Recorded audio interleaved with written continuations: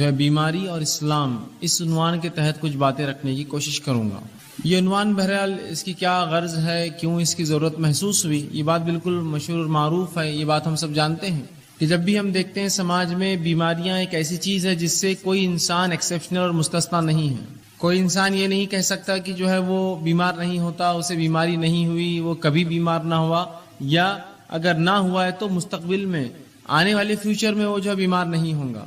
تو بیماریاں ایسی چیز ہے جو انسان سے ایسی لگی ہے کہ جیسی زندگی ہے ویسی بیماریاں ہیں۔ انسان پیدا ہوا تو بیماریاں، پیدا ہوا تو انفیکشنز، پیدا ہوا تو فلاں مسائل، پیدا ہوا تو فلاں، اور بیماریاں مطلب انسانی سماج، انسانی زندگی سے بالکل بہت گہرائی سے لگی ہوئی، اس سے مستثنا، اس سے ایکسیپشنل، اس سے بچ کر کسی کو چارہ انسان کو ہی نہیں کہ بیمار نہ ہو۔ پھر چاہے یہ بیماریاں کتنی متشدد، کتنی زیادہ سخت ہوں گی، کتنی کم ہوں گی، معمولی ہوں گی یا اور زیادہ تیز ہوں گی، ایک الگ بات ہے، لیکن جب بھی لوگ بیمار ہوتے ہیں تو یہ سمجھتے ہیں کہ شاید شریعت اسلامیہ نے اس معاملے میں کوئی خاص رہنمائی نہیں کی ہماری، تو لہٰذا جب بیمار ہو جاتے ہیں تو اپنے طریقے سے، من مانے ڈھنگ سے، من چاہے ڈھنگ سے، اپنی مرضی سے جو ہے لوگ علاج کرتے ہیں۔ اس معاملے میں حرام اور حلال کی کوئی تمیز رکھی ہی نہیں جاتی کہ کیا چیز حلال ہے، کیا حرام ہے، کیسی بیماریوں میں کیسا علاج کیا جائے، کیا چیز استعمال ہو سکتی، کیا نہیں ہو سکتی، کون سا طریقہ درست ہے، کون سا غلط ہوگا، کیا چیز کھائی جائے، کیا نہ کھائی جائے۔ ہم سمجھتے ہیں شاید شریعت نے اس معاملے میں رہنمائی نہ کی، اور پھر شریعت کو ایک طرف رکھ دیتے ہیں، کہتے ہیں ہاں یہ تو دین ہے، اسلام ہے، ٹھیک ہے، نماز روزہ ٹھیک ہے، لیکن ابھی ہم بیمار ہیں تو لہٰذا اس میں شریعت کا کوئی حل چونکہ نہیں ہے، وہ الٹرنیٹ ڈھونڈتے ہیں، اس سے ہٹ کر کچھ ڈھونڈتے ہیں۔ پھر ہم دیکھتے ہیں کہ وہ کتاب و سنت کو چھوڑ کر، شریعت کو چھوڑ کر، قرآن حدیث کو چھوڑ کر، نبی اکرم صلی اللہ علیہ وسلم صحابہ کے بتائے طریقے کو چھوڑ کر من مانی کرتے ہیں۔ مثال کے طور پر کوئی تعویذ لٹکا لیتا ہے، یہ سمجھتا ہے کہ اس سے شاید شفا ہو جائے، اس لیے کہ فلاں کسی نے کہہ دیا کہ بیئر پینے سے جو ہے پتھری نکل جاتی، تو ان کو لگا کہ اب علاج چکی ہے، شریعت اس میں کوئی رہنمائی تو کرتی نہیں ہے، لہٰذا اب شراب پینا شروع کر۔ کچھ لوگوں کو دیکھا گیا کہ وہ گانجا اور افیم پیتے ہیں، اس لیے کہ انہیں لگتا ہے کہ فلاں مرض کا کوئی علاج نہیں ہے، شریعت نے اس میں رہنمائی نہیں کی، لہٰذا ہم یہ کر لیں۔ اور پتہ نہیں کیا کیا لوگ اس میں کرتے ہیں، بنا حلال اور حرام کی تمیز رکھے، بنا جانے کہ یہ چیز جو استعمال کی جا رہی ہے شریعت نے اس کو سینکشن کیا نہیں کیا، حلال جانا نہیں جانا، اس کو حرام تو نہیں قرار دیا۔ اور اس معاملے میں جب کوئی کہتا بھائی یہ حرام ہے حلال، تو کہتے دیکھو ہم بیمار ہیں، ہماری تکلیف ہم کو معلوم ہے، آپ ذرا خاموش بیٹھ جائے تو اچھا ہے، اس معاملے میں ہمیں کرنے دیجیے جو ہم کر رہے ہیں، اگر مجھے اس سے سکون ملتا ہے تو میں اسی کو اختیار کرتا ہوں۔ جیسا بہت سے لوگوں کو مرگی کا مسئلہ ہوتا ہے تو دن بھر گانے سنتے رہتے ہیں، کار میں بیٹھے گانا لگا دیا، موبائل ہینڈ سیٹ میں گانا لگا دیا، گھر کے اندر گانا لگا دیا، اس لیے کہ ان کو لگتا ہے سکون اس کے بغیر حاصل نہیں ہوگا، جبکہ شریعت نے واضح طور سے بتایا کہ حرام چیزوں سے علاج نہیں ہو سکتا۔ تو ہم یہ سمجھتے ہیں جب بیمار ہو جاتے ہیں کہ شاید اب شریعت میں ایسی کوئی رہنمائی نہیں، لہٰذا منمانی کی جائے، اب جو چاہے کرو، جیسے چاہے علاج کرو، حرام حلال کی کوئی تمیز نہیں، چاہے میوزک کا اس میں استعمال ہو، چاہے ناچنا گانا اس میں پڑے، چاہے شراب پینا پڑے یا کوئی اور کام کرنا پڑے، سب کرو، اس لیے کہ اس معاملے میں ہم جو ہے لاوارث جیسے یا بنا سرپرستی کے چھوڑ دیے گئے، اب بہرحال معاملہ ہم کر سکتے ہیں۔ اسی لیے اس عنوان کو ہم نے خاص طور سے انتخاب کیا کہ اسلام کیسے رہنمائی کرتا بیماری کے تعلق سے، بیماری اور اسلام، کہ ان دونوں کا تعلق ہے۔ نبی اکرم صلی اللہ علیہ وسلم جو ہے ساری انسانیت کے لیے آئے تھے، اور آپ نے تمام ان شعبوں کے اوپر جو ہے رہنمائی کی، مسلمانوں کی اور انسانوں کی، جو شعبے انسانوں کو جو ہے جو باتیں ان کے جو ہے درپیش آتی ہے، یہ کیسے ہو سکتا ہے جو شریعت اتنی باریک باریک باتوں کو بیان کرے، وہ اتنا بڑا ایک شعبہ انسانی زندگی کا بیماری اس کو چھوڑ دے اور ہماری رہنمائی نہ کرے، بلکہ شریعت نے رہنمائی کی، بہت زبردست رہنمائی کی، بہت گہرائی سے رہنمائی کی، بہت اچھے ڈھنگ سے رہنمائی کی۔ یہ ہماری بد نصیبی ہے کہ اس چیز کو ہم جاننے کی نہ کبھی کوشش کرتے ہیں، نہ اس پر ہم نے کبھی عمل کیا، اور ہماری ان کوتاہیوں کو ہم یہ سمجھتے ہیں کہ شریعت نے اس معاملے میں ہماری رہنمائی نہیں کی۔ یاد رکھیے اس کو جاننے کی ضرورت ہے۔ جب آپ شریعت کو پڑھیں گے، یہ شریعت ایسے ایسے شعبوں میں، ایسی ایسی جگہوں پر رہنمائی کرتی ہے جہاں ہم توقع بھی نہیں کرتے کہ یہاں شاید رہنمائی ہوئی۔ مثال کے طور پر ایک انسان اپنی ازدواجی زندگی، میاں بیوی کے رشتے کیسے قائم رکھے، شریعت نے یہاں بھی رہنمائی کی۔ کچھ لوگ سمجھیں گے یہ تو بےحائی ہے، یہ بےحائی نہیں، یاد رکھیے یہ طریقہ زندگی ہے۔ اگر وہاں رہنمائی نہ کرتا تو پھر انسان تو منمانے ڈھنگ سے اختیار کرتا اور انسان نہیں جانور بن جاتا۔ تو اس جگہ بھی شریعت نے رہنمائی کی جس جگہ کے اندر جو ہے عموماً لوگ جو ہے شرمائیں گے کہنے کے لیے، اور نبی اکرم صلی اللہ علیہ وسلم نے جو کہ سب سے باحیا شخصیت تھی، وہ باتیں بھی بتائی حیا کے باوجود، تاکہ آنے والی نسلوں کو اس مسئلے میں بھی رہنمائی ہو۔ تو وہ دین اور شریعت اور وہ نبی کیسے لوگوں کو اس معاملے میں رہنمائی نہ کرے کہ بیماری کا کیا معاملہ ہے، بیماری میں اسلام کیا معاملہ دیتا ہے، بیمار کے ساتھ کیا سلوک ہو، کن چیزوں سے علاج کیا جائے، کون سی چیزیں حلال ہے، کون سی چیزیں حرام ہے، کن چیزوں کی تاکید کی گئی، صحت کی حفاظت کس طرح کی جائے، صحت کی اہمیت کیا ہے، بیمار ہو جائے تو کیا کیا کیا جائے، بیماری بڑھ جائے تو کیا کیا ہے، بیمار پرسی کے لیے کیا کیا جائے، اگر مرض الموت اتنا اس کا مرض بڑھ گیا کہ موت کی قریب ہے تو موت کے قریب کیا کیا جائے، اگر مرنے لگے تو مرتے وقت کیا کیا جائے، اور اگر مر جائے تو مرنے کے بعد کیا کیا جائے. یہ تمام رہنمائی شریعت نے کی ہے. مکمل طور سے ہمارے بیماری سے لے کر علاج سے لے کر شفا یا غیر شفا کی حالت لے کر اور پھر موت اور پھر بالکل موت کے بعد کے تمام معاملات بتائے. میں انشاءاللہ عزیز آپ کو بیماری کے تعلق سے حلال و حرام چند باتیں، وہ چیزیں جن سے نبی اکرم صلی اللہ علیہ وسلم نے علاج کیا، اور وہ چند رہنمائی کی بیمار سے کیسے بیمار پرسی کرے، بیماری کا مومن کو کیا فائدہ ہوتا ہے، یہ تمام باتیں آج آپ کے سامنے رکھنے کی کوشش کروں گا. میں نے آپ کے سامنے جو ہے سورہ بنی اسرائیل سورہ نمبر 17 اس کی آیت نمبر 82 تلاوت کی. اللہ فرماتا ہے وَنُنَزِّلُ مِنَ الْقُرْآنِ مَا هُوَ شِفَاءٌ وَرَحْمَةٌ لِّلْمُؤْمِنِينَ، کہ ہم نے جو قرآن کو نازل کیا اس کے اندر جو ہے مومنوں کے لیے شفا اور رحمت ہے. وَلَا يَزِيدُ الظَّالِمِينَ إِلَّا خَسَارًا، اور ظالموں کو اس کے میں خسارے کے علاوہ، ظالموں کو اس سے نقصان کے علاوہ کچھ نہیں ملتا. مطلب یہ پتہ چلا کہ اللہ رب العزت نے جو قرآن نازل کیا اس میں شفا ہے، یاد رکھیں. اور شفا جسمانی، شفا نفسیاتی یا روحانی جس کو ہم کہتے ہیں، دونوں ہی شفا قرآن میں ہے. ایک آدمی جس پہ کوئی جن حاوی ہو یا مریض ہو کسی بیماری کا، ذہنی اعتبار سے آپ قرآن پڑھیے، آپ دیکھیں گے اس کو سکون و اطمینان ملتا ہے. تو یہ روحانی شفا بھی ہے. اسی طرح جسمانی شفا بھی ہے. بہت ساری بیماریوں میں نبی اکرم صلی اللہ علیہ وسلم نے قرآن کو پڑھنے کی تاکید کی. قرآن کے فضائل میں یہ تمام باتیں بہرحال آ سکتی ہے. آپ فضائل قرآن کے عنوان پر یہ باتیں جو ہے پڑھ سکتے ہیں، تحقیق کر سکتے ہیں. بہرحال آئیے، تو اللہ نے فرمایا کہ ہم نے اس قرآن کو نازل کیا جس کے اندر مومنوں کے لیے شفا ہے اور رحمت ہے، اور ظالموں کو اس کے اندر خسارہ ہے. ظالموں کے لیے تو قرآن نقصان ہے، اس لیے کہ اللہ کی کتاب مان کر اس کو نہیں پڑھتے، ان کے لیے ہدایت نہیں ہے اس کے اندر، لہٰذا وہ خسارہ اٹھاتے ہیں. ورنہ مومنین کے لیے تو شفا ہے اور رحمت ہے اس قرآن کے اندر. اور اسی مقصد کے تحت اللہ نے اس کو نازل کیا. وَنُنَزِّلُ، ہم نے اس کو نازل کیا یہ مقصد کے تحت کہ مومنوں کو شفا اور رحمت اس سے حاصل ہو، اور ظالموں کو اس سے نقصان کے سوا اور کچھ حاصل نہیں ہوتا، یاد رکھیں. اسی طرح نبی اکرم صلی اللہ علیہ وسلم کا ایک فرمان سنن ابن ماجہ کی ایک حدیث میں نے آپ کے سامنے تلاوت کی. اللہ کے رسول صلی اللہ علیہ وسلم فرمایا کہ اللہ رب العزت نے ایسی کوئی بیماری نہیں جس کو نازل کیا. اس حدیث سے پتہ چلتا ہے کہ بیماری اللہ کی طرف سے آتی ہے. رسول اللہ فرماتے ہیں ان اللہ لم ينزل، کیا ایسی کوئی بیماری نہیں ہے جس کو اللہ نے نازل کیا لیکن اس کی شفا، اس کی دوا بھی نازل کر دی، اس کا علاج بھی نازل کر دیا. شفان فتداؤ، تو لہٰذا تم دوا کرو، علاج کراؤ. تو یہاں اس حدیث میں نبی اکرم صلی اللہ علیہ وسلم وضاحت کر دی کہ ایسی کوئی بیماری نہیں ہے جس کو اللہ نے نازل کیا ہو. تو پتہ چلا بیماریاں آسمان سے آتی ہے، اللہ بیماریاں دیتا ہے لوگوں کو، لیکن اس کا علاج بھی اتارتا ہے ان بیماریوں کے ساتھ. فتداؤ، تو لہٰذا تم دوا کرو، علاج کرایا کرو. تو پتہ چلا علاج کرانا چاہیے. بیماریاں اللہ کی طرف سے، بیماری اللہ بہرحال مختلف، کبھی سزا کے طور پر، کبھی آزمائش کے طور پر لوگوں کو دیتا ہے، اور اس کے بعد ہمیں حکم یہ آیا، اس کی دوا اللہ نے اتاری ہے، لہٰذا تم اس کے لیے دوا کرو، اس کے لیے علاج کرو. تو اس حدیث میں ان لوگوں کے لیے بھی تاکید ہے جو سمجھتے ہیں کہ علاج کرانا درست نہیں ہے، بس بیماری ہے تو بس توکل کرو، اللہ پر بھروسہ کرو، بیماری کو سہتے رہو.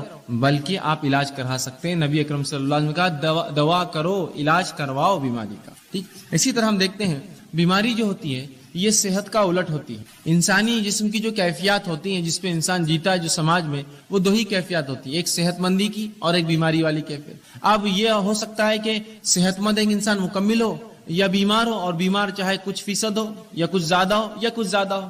مختلف بیماریاں ہوتی ہیں. جیسے مثال کے طور پہ انسانی جلد پہ کچھ ہو جائے، بیماری ہے، لیکن انسان اس سے بہت زیادہ پریشان نہیں ہوتا، ایک زندگی گزار سکتا.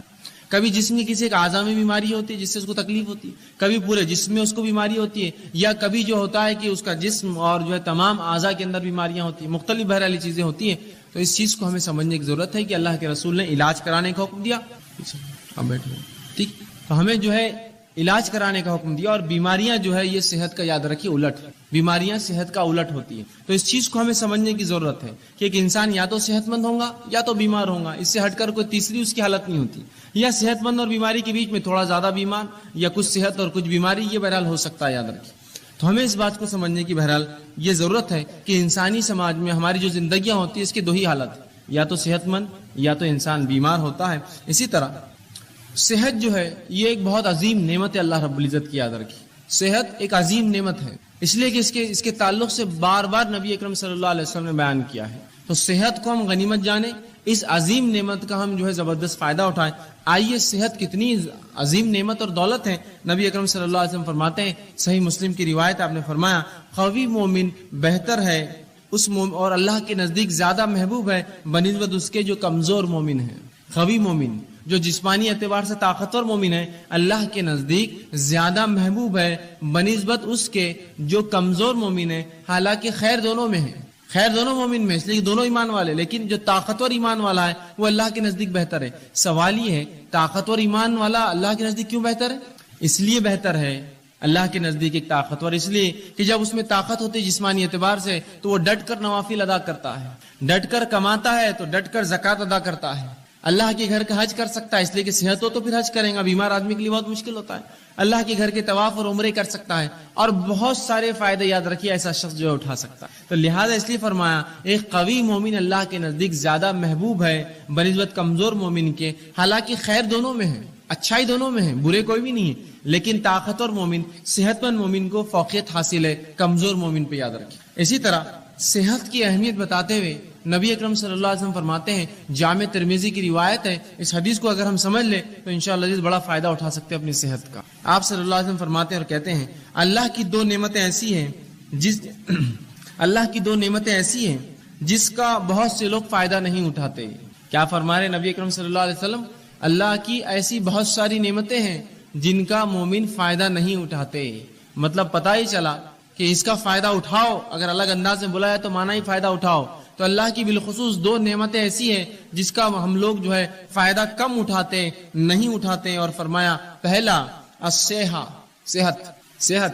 دو چیزیں نعمتیں اللہ کی ایسی ہیں جس کا لوگ فائدہ نہیں اٹھاتے، اور خطاب ہم مسلمانوں سے، پہلا صحت کا فائدہ اٹھانا چاہیے، اس لیے کہ دوسری کی روایت میں جامع ترمذی کی آپ نے فرمایا صحت کا فائدہ اٹھا لو اس سے پہلے کہ بیماری آ جائے، تو صحت کا فائدہ نہیں اٹھاتے آپ فرما رہے۔ دوسرا جو نعمت اللہ کی جس کو ہم ضائع کرتے ہیں وہ کیا ہے؟ آپ فرماتے ہیں دوسرا والفراغ اور خالی وقت، یہ دو نعمت اللہ کی عظیم نعمت ہیں، ایک صحت اور خالی وقت، اور رسول اللہ فرماتے ہیں ان دو کا مومن فائدہ نہیں اٹھاتے۔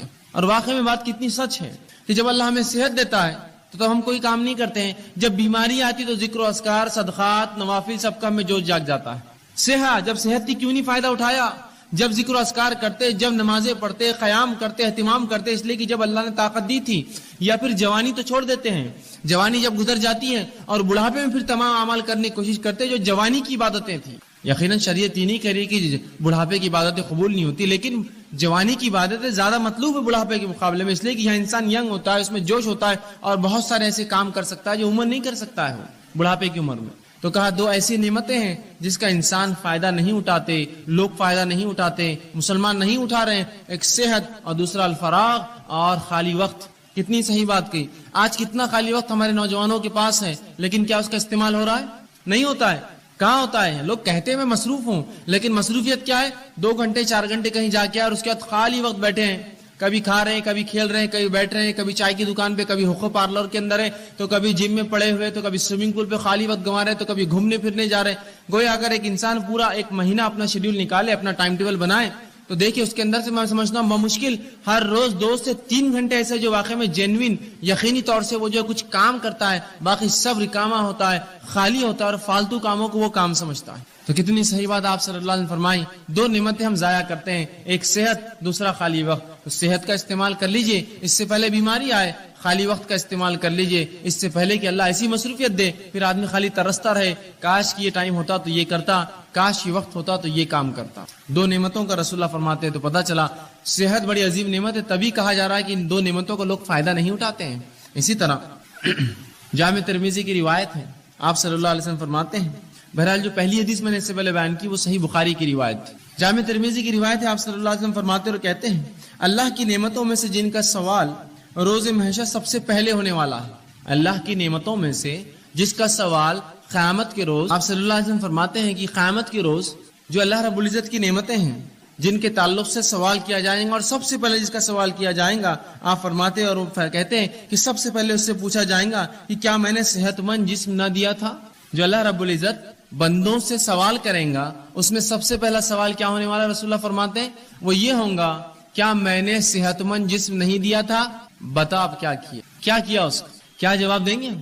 اے اللہ صحت دی تھی تو میں نے تو منشیات میں، نشوں میں، تمباکو خوری کے اندر، سگریٹ نوشی کے اندر جسم کو برباد کیا کھیل کود کے اندر، وہ کام نہیں کر پایا، یہ جواب دیں گے؟ سوال ہونے والا ہے، صحت دیا تھا، جسم دیا تو اچھا کیا کیا، کیا استعمال کیا، کتنی نمازیں پڑھی، کتنے نوافل کا اہتمام کیا، مال و دولت دیا تھا، اس کے ساتھ صحت دی تھی، کتنے حج اور عمرے کیے تو نے، کیسی اپنی صحت کو لگایا، میری راہ میں کوئی کوشش کی، مومنوں کی کبھی مدد کی، مصیبت زداؤں کے لیے آگے بڑھا، جو جسمانی قوت نے اس کا استعمال کیا، اس کے ساتھ مالی اثر۔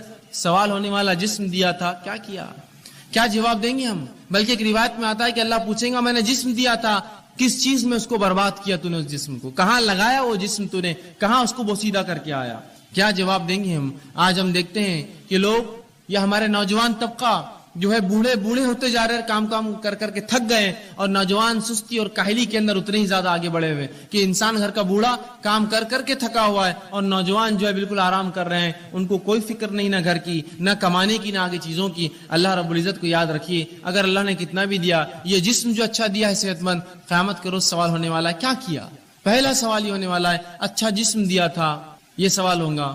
اب اس کا مطلب یہ ہوا یہ سوال ہے تو جواب دینا پڑے گا، کیا کیا اس کا، کہاں لگایا وہ جسم، کیسے استعمال کیا، کیسے اس کو کمزور اور بوڑھا کیا۔ تو ہمیں یہ اللہ کے سامنے جواب دینا ہوگا، اللہ میں نے جو تیری عبادتوں میں، ریاضت میں اور دیگر علوم دین میں، تیرے کام میں، حلال روزی کمانے میں، اپنے بیوی بچوں کی پرورش میں اس کو لگایا، جواب دینا ہوگا۔ اور ورنہ اگر کھیل کود میں، فالتو کاموں میں، سگریٹ بیڑی تمباکو میں، چوراہوں پر بیٹھ کے کھانے اور پینے میں، دیکھیے لوگ چوراہے پہ بیٹھے اور کھا رہے پی رہے، 2-2 4-4 گھنٹے روز برباد کرتے ہیں۔ یہی وہ لوگ ہیں جن سے تلاوت قرآن کا سوال ہو تو کہتے وقت نہیں ہے، یہی وہ لوگ ہیں جن سے دینی علم کا معاملہ کرے تو کہتے وقت نہیں ہے، لیکن شام میں ہر روز کام سے آنے کے بعد یا تجارت ختم ہونے کے بعد 11-12 بجے تک، 1 بجے تک دوستوں میں بیٹھ کر جو وقت برباد کرتے ہیں۔ کیا روز قیامت اللہ پوچھیں گا نہیں جسم دیا تھا کیا کیا؟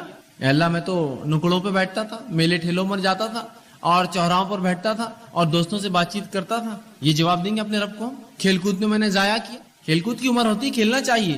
کچھ لوگ تو ایسے ہو جاتے ہیں کہ عمر پوری گزر گئی، ان کو بچے ہو جاتے پھر بھی کھیلتے رہتے ہیں، اس کا شوق ہے، اس کا شوق ہے۔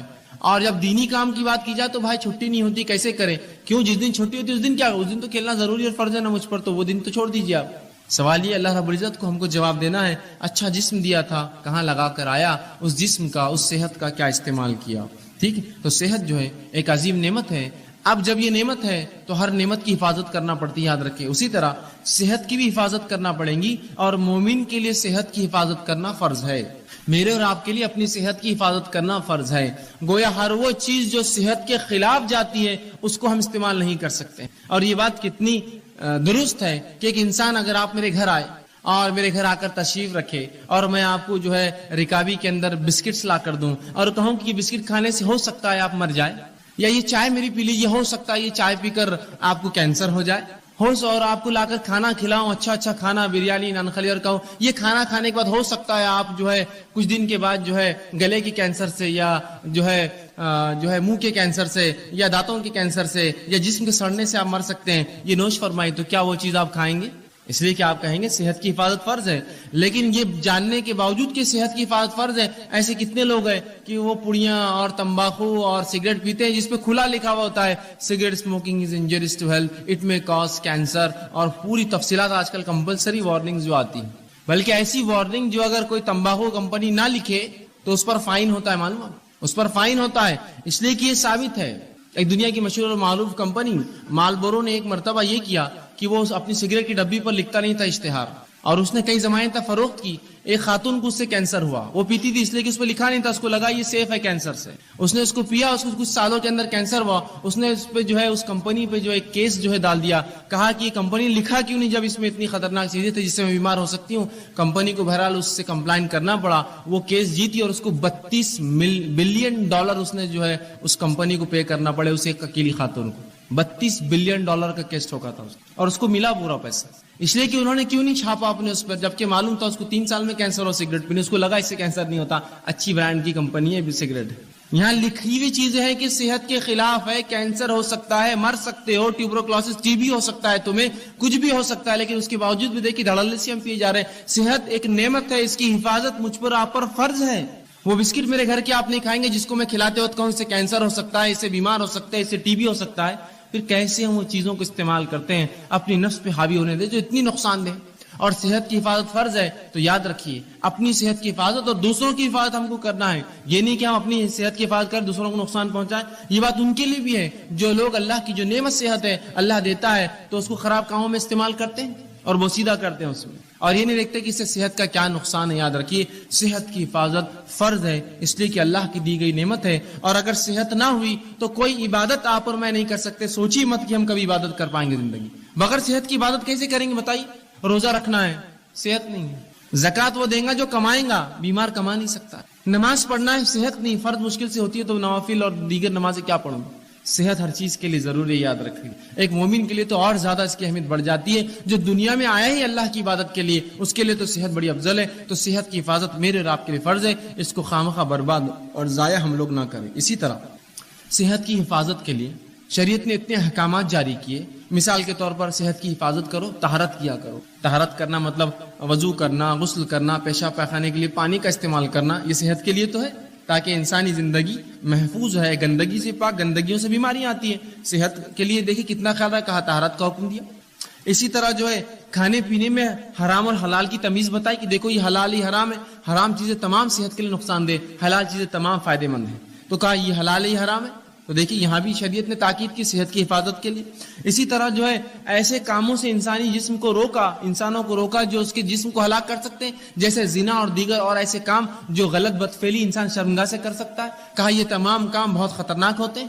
آج انسانیت دیکھ رہی جن لوگوں نے جو ہے یہ سمجھا کہ یہ جو رشتے ہوتے ہیں، یہ جو نکاح ہوتے ہیں، سب فالتو چیزیں، بس انسانی زندگی ایسی ایسا جانور ہوتا ہے، بس گزارو، جہاں چلا منہ مار دو، جہاں چلا شرمگاہ کا کسی کے ساتھ استعمال کر لو. آج دیکھیے کتنی بدترین بیماریوں میں ملوث ہے. کسی کو ایڈز ہے تو آج کل STDs جو ہوتے ہیں سیکچولی ٹرانسمیٹڈ ڈیزیزز کی بھرمار.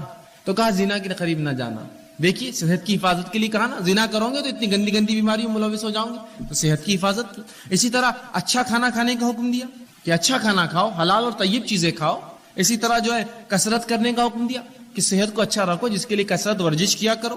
اسی طرح کھیل کود کا بھی حکم دیا، وہ کھیل کود جو انسانی جسم کو اور سماج کے لیے فائدے مند ہوتے ہیں، جیسا گھڑ سواری ہو سکتا ہے، آرچری ہو سکتا ہے، شوٹنگ ہو سکتا ہے، جو انسانی نفس کو فائدہ دے، کچھ اس میں جو ہے ایسے ہنر پیدا کرے جو فائدے مند ہے. تیرنا سیکھے، یہ سب اچھی چیزیں، سائیکلنگ کرے، رننگ سیکھے، یہ سب انسانی. تو کثرت کا حکم دیا، کھیل کود کا حکم دیا، اور بہت ساری ایسی دیگر احکامات سنائے تاکہ ایک مومن صحت مند رہے. یاد رکھیے صحت کا شریعت نے بڑا خیال رکھا، اور اسی کے لیے حرام حلال، اچھا اور برے کی تمیز رکھی. یہاں مت جاؤ، یہاں جاؤ، یہ مت کرو، یہ کرو. یہ سب صحت کے لیے. طہارت کرو، طہارت لیا کرو. یہ تمام چیزیں میری اور آپ کے صحت کے لیے شریعت نے کی. صحیح مسلم کی ایک روایت آتی ہے، نبی اکرم صلی اللہ علیہ وسلم فرماتے اور کہتے ہیں کتنا دیکھیے اس امت کے صحت کا آپ نے خیال رکھا. اور رسول اللہ فرماتے ہیں، یہ غائب کے علم میں سے آپ فرماتے اور کہتے ہیں، برتن کو اور پانی کی جو تھیلیاں ہوتی تھی اس زمانے میں چمڑے میں پانی بھرا جاتا تھا، تو اس کو رات میں باندھ کر رکھا کرو. اس لیے کہ سال میں کوئی ایک دن ایسا ہوتا ہے کہ اللہ رب العزت آسمان سے بیماری نازل کرتا ہے، اور وہ بیماری جو ہے آسمان سے اترتی ہے، اور ایسی کسی کھلی چیز کو جب پاتی ہے جس کا ڈھکن رکھا نہ گیا ہو، کوئی کھانے کا برتن اس پہ ڈھکن نہ ہو، اس کا منہ بند نہ ہو، یا کوئی پانی کا ایک برتن ہو جس کا منہ بند نہ ہو، تو اس میں داخل ہو جاتی ہے. کیا فرمایا آپ نے؟ یہ بھی غائب کا معاملہ ہے. آپ بھی کہہ سکتے ہیں بیماری تو جراثیم پھیلاتے ہیں، اور جراثیم تو کہیں بھی جا سکتے ہیں. یہ غائب کا اس لیے میں نے پہلے کہہ دیا. اللہ بیماری کو جب نازل کرتا ہے، رسول اللہ فرماتے ہیں ہر روز اپنے برتنوں کو کھانے کی ڈھکا کرو اور پانی پینے کی چیزوں کو بند رکھا کرو، اس لیے کہ سال میں ایک دن ایسا ہوتا ہے جب اللہ آسمان سے بیماری کو نازل کرتا ہے، اور وہ بیماری جو انسانوں میں آتی ہے اور ہر وہ کھلی چیز، کھلا برتن اور کھلا پانی کا جو حصہ ہوتا ہے اس میں داخل ہو جاتی ہے. تو کہا کھانے پینے کی چیزوں کو ڈھک کر رکھو. ویسے بھی کھانے پینے کی چیزوں کو آپ ڈھکیں گے تو یہ بیماری سے تو آپ بچے ہی رہیں گے، ساتھ میں گندگیوں سے، مکھی مچھر سے، غلاظت سے، دھول مٹی سے، اور پتہ نہیں کیا کیا کتنے فائدے ہیں. تو آپ سال بھر ڈھکے رکھیں کہ تو ایک دن کب آئیں گا نہیں پتا ہے. تو گویا سال بھر ڈھکیں گے مطلب سال بھر اپنے کھانے اور پینے کی حفاظت کرو، کھلا مت چھوڑا کرو، گندگی مت داخل ہونے دو. دیکھیے کتنا جو ہے شریعت نے حفاظت کی صحت کی ایک مومن کی اور ایک مسلمان کی. اسی طرح بیماری جو ہوتی ہے وہ صحت کی الٹ ہوتی ہے. اب بیماری کیا ہے؟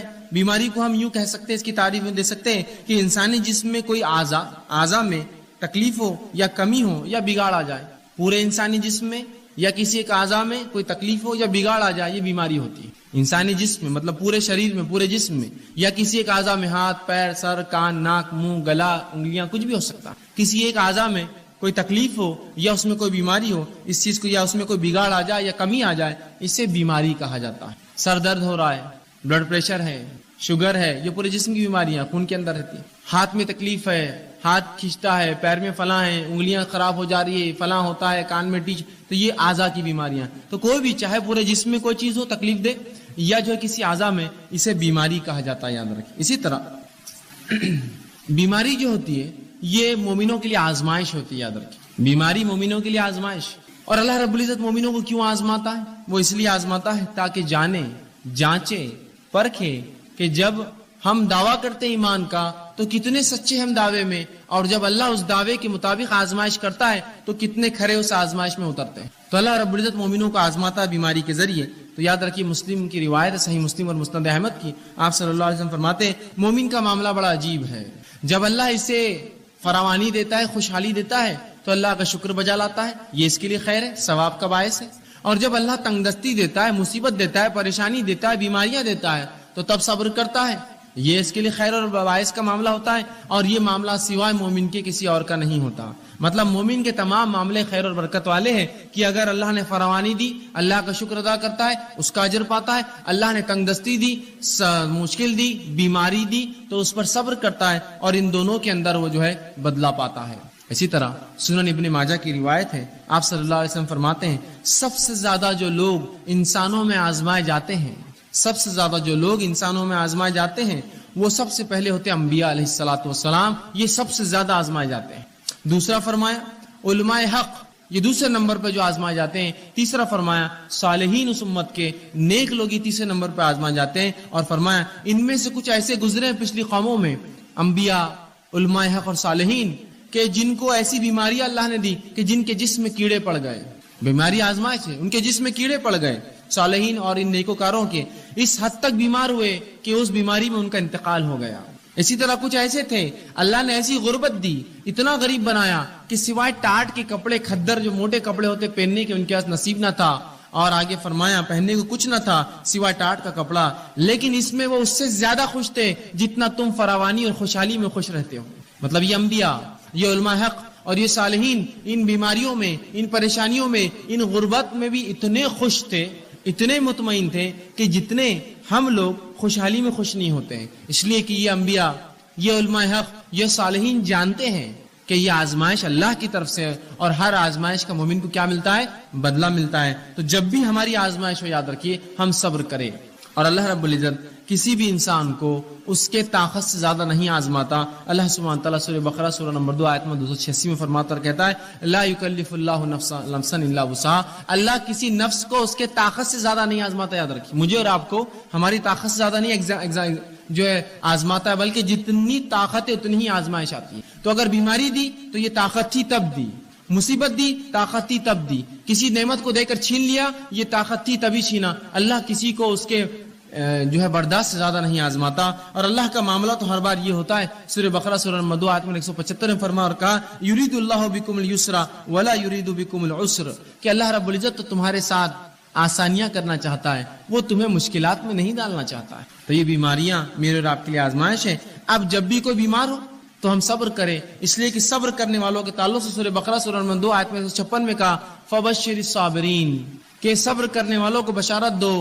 یہاں خوشخبریاں دینے کا حکم دیا کہ جو لوگ صبر کرتے ہیں فبشر الصابرین الذین اذا اصابتهم مصیبۃ قالوا انا للہ وانا الیہ راجعون، کہ جو لوگ مصیبت جن پر آتی ہے اور مصیبت میں صبر کرتے ہیں ان کو خوشخبریاں دے دو. اور جب ان پر مصیبت آتی ہے تو یہ مومن کہتے ہیں قالوا انا للہ وانا الیہ راجعون، ہم اللہ کی طرف سے آئے تھے، اس کی طرف لوٹ کر جانا ہے. تو ہمیں صبر کرنا چاہیے. اللہ کسی کو بھی اس کی طاقت سے زیادہ نہیں آزماتا. جب آزمائش ہوتی تو ہمیں صبر کرنا چاہیے. آئیے صحیح بخاری اور صحیح مسلم کی روایت ہے، آپ صلی اللہ علیہ وسلم فرماتے اور کہتے ہیں جب ایک مسلمان کو کوئی ایذا پہنچتی ہے، تکلیف پہنچتی ہے، بیماری کی شکل میں، کسی کی موت کی شکل میں، کسی اعضاء کے ضائع ہونے کی شکل میں، کسی اور اس میں مصیبت، پیسے میں، مال میں کمی، اولاد میں کمی، پھلوں میں کمی، روزی میں کمی، جب کسی ایک مومن کے تعلق سے آپ فرماتے ہیں مسلم کو ایذا یا بیمار ہوتا ہے تو اللہ تعالیٰ اس کے گناہوں کو ایسا دھو دیتا ہے جیسے ایک جھاڑ جس پر سوکھے پتیاں ہوں وہ سوکھنے سے گر جاتی ہیں.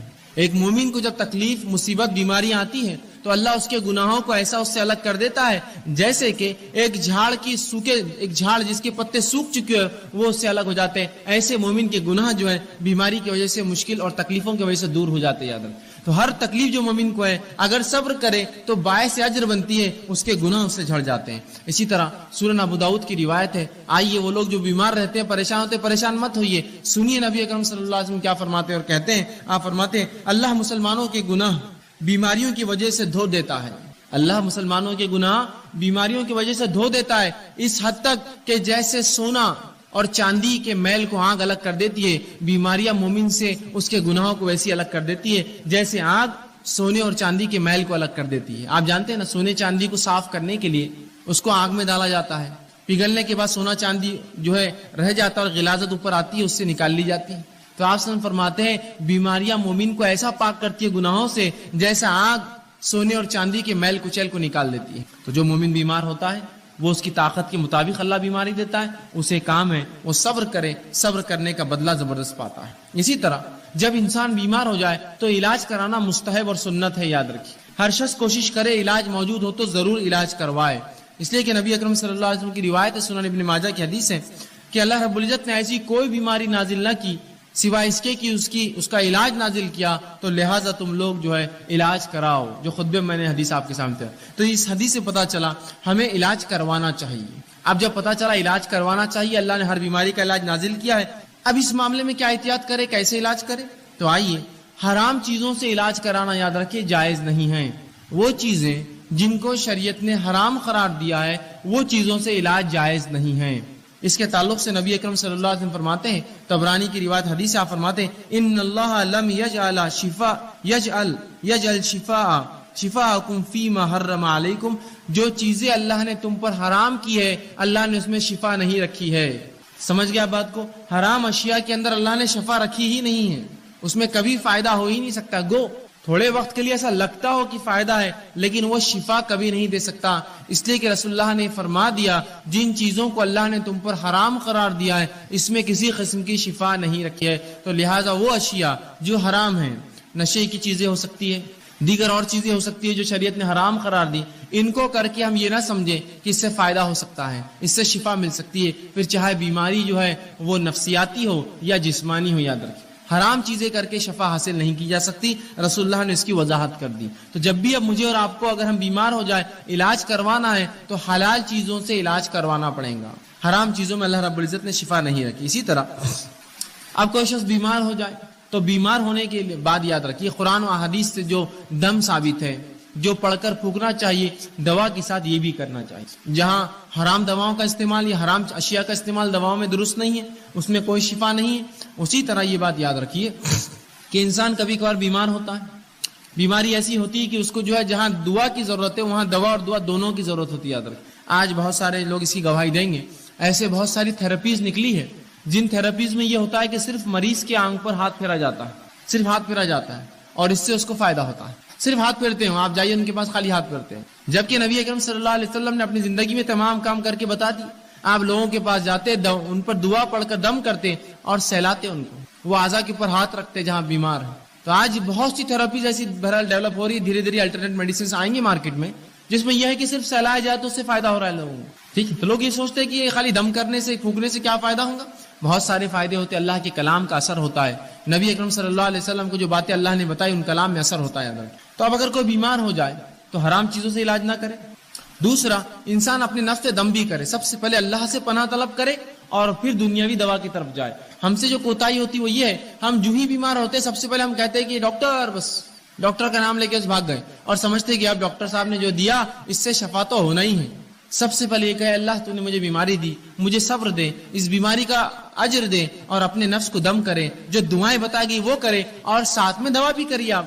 تو ہم دوا کا طریقہ کیا اپناتے ہیں؟ پہلے فوراً بھاگتے ڈاکٹر کے پاس، یہ سمجھتے ہیں مکمل 100% شفا اللہ نے اس کے ہاتھ میں رکھی ہے اور لہٰذا آپ جب یہ دوا دیں گا تو میں جو ہے مشفی شفا یاب ہو جاؤں گا، مجھے اس سے صحت مل جائیں گی۔ یاد رکھیے غلط، ہمیں سب سے پہلے اللہ پر توکل بھروسہ کر کے، اللہ سے دعا کر کے، وہ تمام باتیں جو نبی اکرم صلی اللہ علیہ وسلم نے قرآن میں بتائی اس کا استعمال کر کے ساتھ میں علاج کروانا ہے۔ یاد رکھیں خالی علاج پر آپ بھروسہ کریں گے تو اللہ رب العزت کبھی شفا نہیں دیں گا پھر۔ اور جو آج ہماری کوتاہی ہوتی ہے، علاج جب ہم بیمار ہوتے ہیں سب سے پہلے سوچتے ہیں دواخانے گئے تو اچھے ہو جائیں گے، بلکہ کچھ لوگ تو نفسیاتی مریض ہوتے ہیں، خالی دواخانے کا چکر بھی مار کے آئے تو بالکل ریلیکس ہو جاتے ہو، بہت اچھا لگ رہا بولتے ہیں۔ اور کبھی کبھار تو خالی گولیاں آپ دے دیجیے ان کو بھی میٹھی اور کھٹی کھانے کے لیے، بولتے ہیں بہت فائدہ ہو گیا، اتنا فائدہ ہوا کہ اسی کو انتہا نہیں۔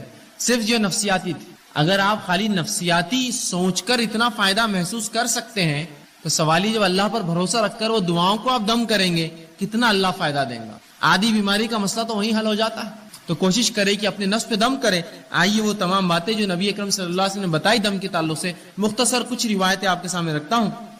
نبی اکرم صلی اللہ علیہ وسلم فرماتے اور کہتے ہیں دم کے تعلق سے لا باسا بالرقا ما لکم یکن فیہ شرک، کہ ایسے دم کرنے میں، ایسی چیز پڑھ کر دم کرنے پھونکنے میں کوئی حرج نہیں جس کے اندر شرک نہ ہو. اور خود نبی اکرم صلی اللہ علیہ وسلم جو بیمار ہوئے اور مرض الموت آپ کا جو تھا، آپ نے عائشہ رضی اللہ عنہا سے کہا کہ مجھے پڑھ کر دم کرو، اور مائی عائشہ رضی اللہ عنہا آپ صلی اللہ علیہ وسلم پر جو ہے سورہ فلق اور سورہ ناس پڑھ کر معوذتین پڑھ کر دم کرتی گئی، اور دم کرنے کے بعد اپنے ہاتھوں سے نبی اکرم صلی اللہ علیہ وسلم کو سہلاتی گئی، ہاتھ پھیرتی گئی. تو پتہ چلا دیکھیے رسول اللہ بیمار تھے، آپ نے دوا بھی کی، ساتھ میں دم بھی کرنے لگوایا. یہ ہمارے لیے بھی ہے، ہم بیمار ہو جائے تو دم کروائے. معوذتین خود پڑھی، خود نہ پڑھ سکے گھر والوں کو تاکید کرے کہ پڑھ کر مجھ پر دم کرو. تو کہا ایسے دم میں کوئی حرج نہیں جس میں شرک نہ پایا جاتا ہو، تو لہٰذا ہم اپنے آپ کو دم کروائے. وہ الفاظ اس میں شرک نہ ہو. اور قرآن حدیث میں اتنی بہترین دعائیں آ چکی ہیں، میں سمجھتا ہوں دوسرے رقیہ یا رقیہ کی ضرورت ہی نہیں ہمیں دم کرنے کی. وہ آپ پڑھ کے دم کیجئے، دیکھیے اس سے کتنے فائدے ہوتے ہیں. اسی طرح لوگ جب بیمار ہوتے ہیں اور بیماری اگر دور نہ ہو تو سب سے پہلے جہاں بھاگا جاتا ہے، جو خیال جاتا ہے وہ کیا ہے؟ مثال کے طور پر ایک انسان کو بیماری ہے، اب بیماری ختم نہ ہو رہی ہے، اللہ کی لمبی آزمائش ہے، تو سب سے پہلے دھیان کیا جاتا ہے؟ دیکھو اب اسلام میں اس کا علاج نہیں ہے، اور دواؤں میں اس کا علاج نہیں، اور جھاڑوں کے پاس اور پہاڑوں پر اور پتھروں پر اور جھرنوں پر پتہ نہیں کہاں کہاں جاتے ہیں اور مختلف قسم کے شرک کرتے اور سمجھتے ہو اس میں شفا ہے. یہ بات کی گواہی سب دیں گے.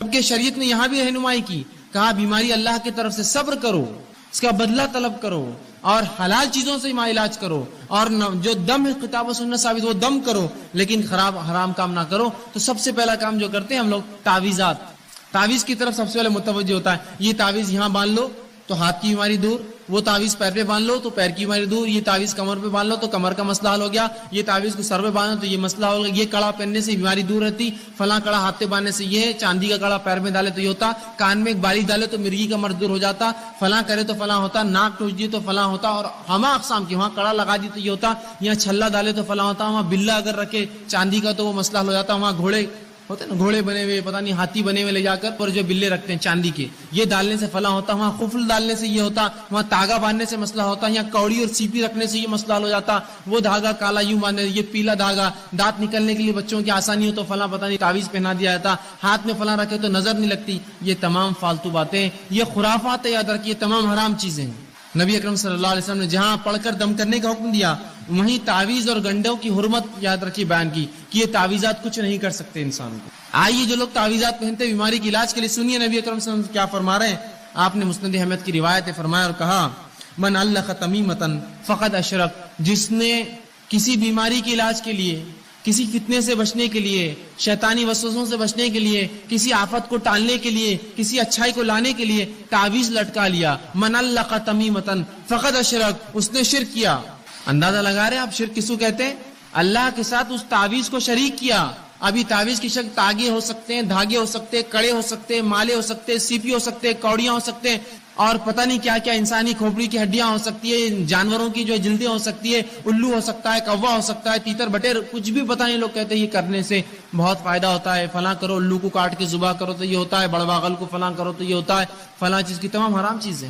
یا کوڑی لگا دی تو یہ ہوتا ہے، سیپی ٹھوکے تو یہ ہوتا، مالے سے ہوتا، کنکر سے ہوتا، موتی سے ہوتا، سیپی سے ہوتا، یہ تمام حرام. جس نے اس عقیدے سے کوئی ایسی چیز لٹکا لی کہ اس سے برائیاں دور ہوتی ہے، بلائیں دور ہوتی ہے، آفتیں دور ہوتی ہے، اچھائی آتی ہے، بیماریاں جاتی ہے، تو کہا من علق تمیمۃ فقد اشرک، اس نے شرک کیا، وہ اللہ کے ساتھ اس نے اس تعویذ کو شریک کر دیا.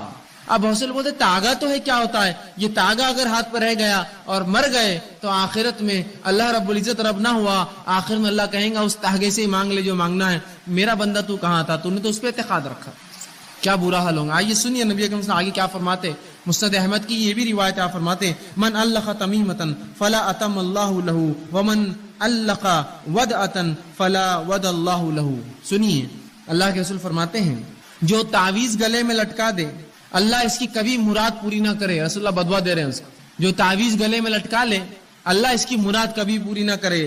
اور جو کوڑیاں اور سیپیاں، نبی اکرم صلی اللہ علیہ وسلم کے زمانے میں لوگ جانوروں کی چیزوں کی حفاظت کے لیے کوڑی اور سیپی لٹکاتے، مطلب تعویذ لٹکاتے بیماری نہ آنے کے لیے، کوڑیاں اور سیپی لٹکاتے کہ برائی نہ آئے، خیر کو لانے والا. تو کہا جو کوڑی اور سیپی لٹکا لے، آپ فرماتے ہیں جو لٹکا لے اللہ رب العزت اسے کبھی آرام نہ دے. جو تعویذ لٹکا لے اللہ رب العزت آپ فرما رہے ہیں کہ اس کو جو ہے کبھی جو ہے اللہ کے رسول فرماتے ہیں کہ اس کی مراد پوری نہ کرے اللہ، جس نیت سے ٹانگ کبھی نہ کرے. اور جو سیپی لٹکا لے، کوڑیاں اس زمانے میں لوگ لگاتے تھے تاکہ اس سے خیر آئے، فرمایا اللہ اس کو کبھی آرام نہ دے. اسی طرح آپ صلی اللہ علیہ وسلم نے مسند احمد کی روایت ہے، ایک شخص کو دیکھا جس کے ہاتھ میں ایک ڈنڈ پر ایک کڑا تھا.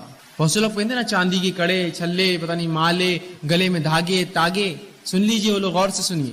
نبی اکرم صلی اللہ علیہ وسلم ایک شخص کو دیکھا کہ ہاتھ میں اس کے کڑا تھا ڈنڈ پر.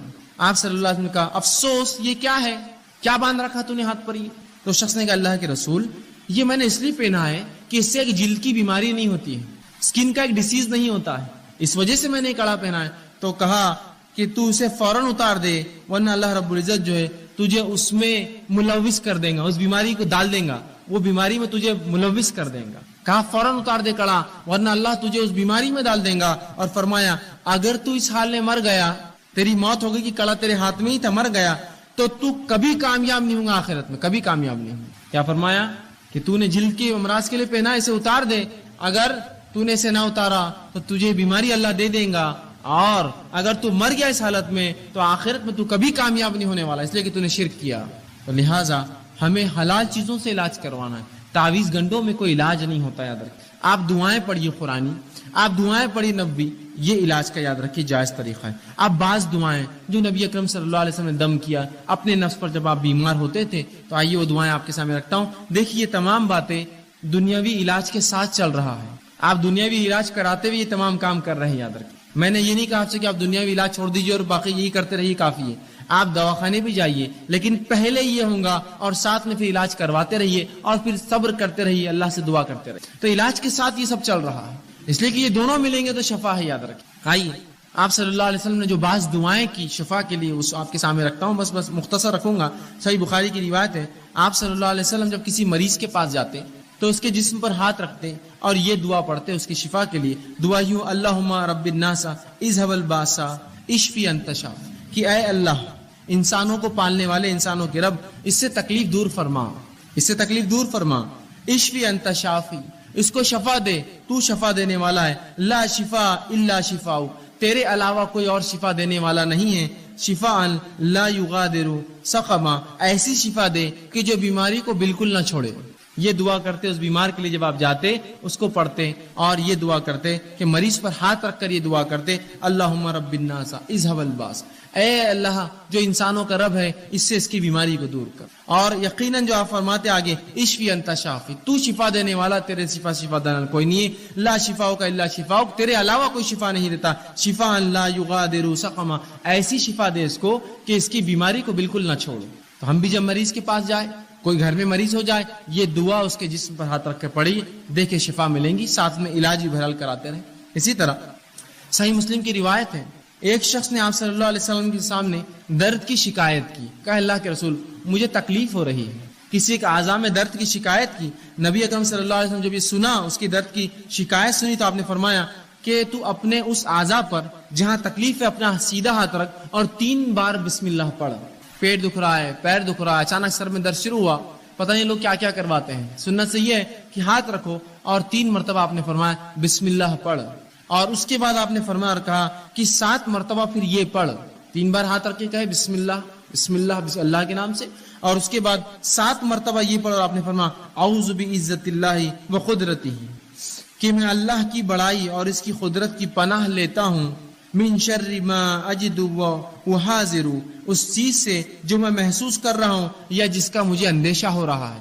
تو ایک بار 3 بار پہلے بسم اللہ کہے اور 7 مرتبہ یہ دعا پڑھے تو رسول اللہ فرماتے ہیں اللہ رب العزت اس کو جو ہے شفا دیتا ہے. اسی طرح صحیح مسلم کی روایت ہے، آپ صلی اللہ علیہ وسلم فرماتے ہیں کہ آپ صلی اللہ علیہ وسلم ایک مرتبہ بیمار ہو گئے، جبرائیل علیہ السلام آئے اور نبی اکرم صلی اللہ علیہ وسلم پہ رقیہ کیا، دم کیا ایک دعا پڑھ کر۔ جبرائیل علیہ السلام نے کیا دعا پڑھی تھی؟ حدیث میں لفظ آتے ہیں، آپ صلی اللہ علیہ وسلم نے صحابہ کو سنا کہا بسم اللہ ارقیک، کہ میں اللہ کے حکم سے تجھ پہ جو ہے دم کرتا ہوں۔ جبرائیل علیہ السلام آئے اور رسول اللہ پر یہ دعا پڑھ کر دم کی، بسم اللہ ارقیک، کہ اللہ کے نام سے میں تجھے دم کرتا ہوں، من کل دائن یوزیک، ہر اس بیماری سے جو تجھے نقصان دہ ہے، من شر کل نفس، اور ہر نفس کے شر سے اللہ تجھے محفوظ رکھے، وعین حاسد، اور ہر نظر لگانے والے کی نظر بس سے تیری حفاظت کرے، اللہ یشفیک، اللہ تیری جو ہے تجھے شفا دے، بسم اللہ یرقیک، میں اللہ کے حکم سے تجھ کو جو ہے دم کرتا ہوں۔ یہ دعا جبرائیل علیہ السلام نے نبی اکرم صلی اللہ علیہ وسلم پر دم کی۔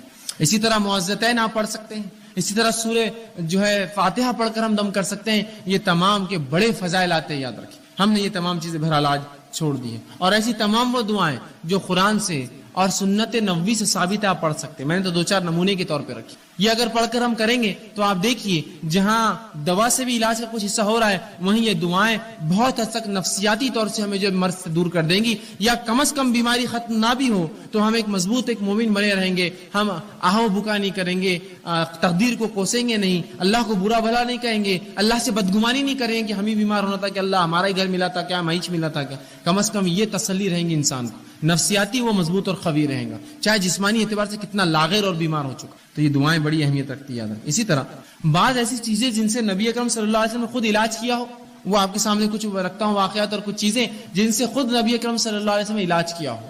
لیکن ایک بات اس سے پہلے میں بتا دوں کہ جو باتیں حدیث میں آتی ہے کہ آپ صلی اللہ علیہ وسلم نے ان سے علاج کیا ہے، آج بہت سی مرتبہ یہ ہوتا ہے کہ ہم کہتے ہیں ان سے تو جیسا طب نبوی کتابیں ہوتی ہیں آپ پڑھتے ہیں اور علاج کرنے کی کوشش کرتے ہیں، فائدہ محسوس نہیں ہوتا ہے۔